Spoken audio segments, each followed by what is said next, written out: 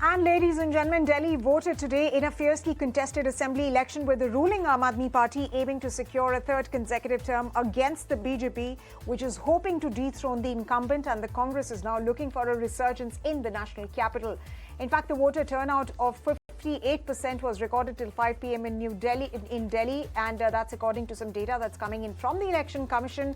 Meanwhile, Northeast Delhi registered the highest voter turnout of 64%, followed by Shadra's 61.35% voter turnout, and Central Delhi witnessed voter turnout of 55.24%.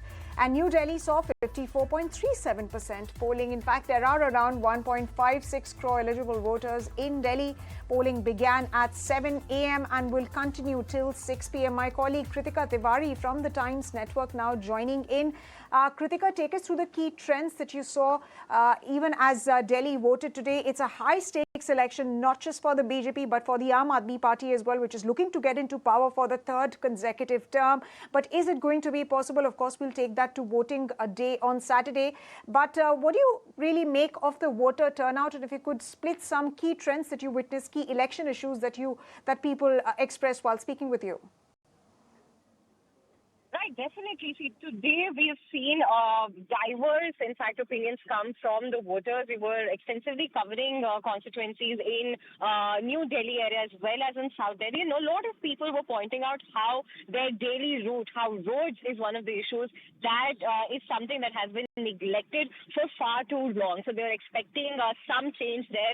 They're saying again and again that while the approachability of the incumbent MLAs was something that they appreciate, the work on the ground has not shown results as were expected or as were promised, rather. So this was something that all of the voters in Delhi had in common. The other issue that we found to be a common thread was, in fact, the issue of air pollution. A lot of them were also pointing out how, because of a lack of a solid policy program in place, measures such as GRAP are introduced again and again, which disrupts not only commuters on an on-and-off basis, but also the education of their children, which again puts the parents at the back foot, wherein they have to start taking off days. Now, these are daily issues of pollution as well as commute and congestion. This was one of the first times when we have seen these issues also find a place with the vote while they cast their votes. Generally, this is something that is raised, in fact,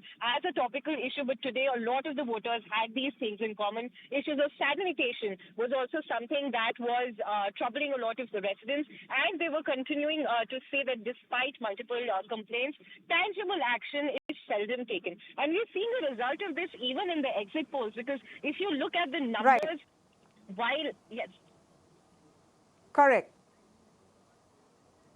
Correct, Kritika. Now, you've spoken about the very many issues the Delhiites have raised, and pollution being a key factor, but we do hope that it really matters in the outcome of the elections. But do help us understand how much of a factor was the Sheesh Mahal issue was in this election, given the fact that, the BJP has raked it over and over again, and of course has called the Aam Aadmi Party corrupt. And it's rather ironic because Aam Aadmi Party came on the back of fighting corruption. So did that really resonate with voters? What is the sense that you got from voters on the ground? Well, as far as campaigning is concerned, of course, even before the dates of elections were announced, the Bharatiya Janata Party was all out in their attacks over corruption. The idea was to not discredit Aam Aadmi Party, and as you were rightly pointing out, a party specifically that came into power at the back of the India Against Corruption movement. The entire campaign revolved around pointing out how all top leaders of the Aam Aadmi Party have been to jail and have been arrested in multiple allegations of money laundering as well as scams related to the Waqf board as well.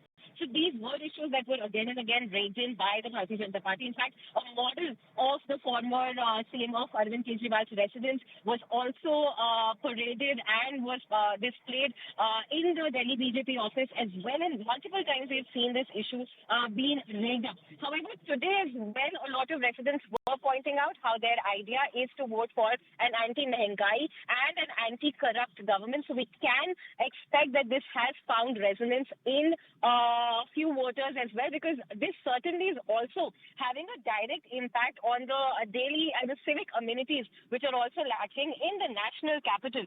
So here people had more expectations, but because of these frequent clash that the Aam Aadmi Party has had with either the LG House or directly with the central government, as well as something that is even troubling residents now. But definitely, this is just the initial sense that we are getting in. The final fate of these parties will only be decided on the 8th of February, when we get the actual mandate of the people, when the EVMs are opened for the results day. Over to you.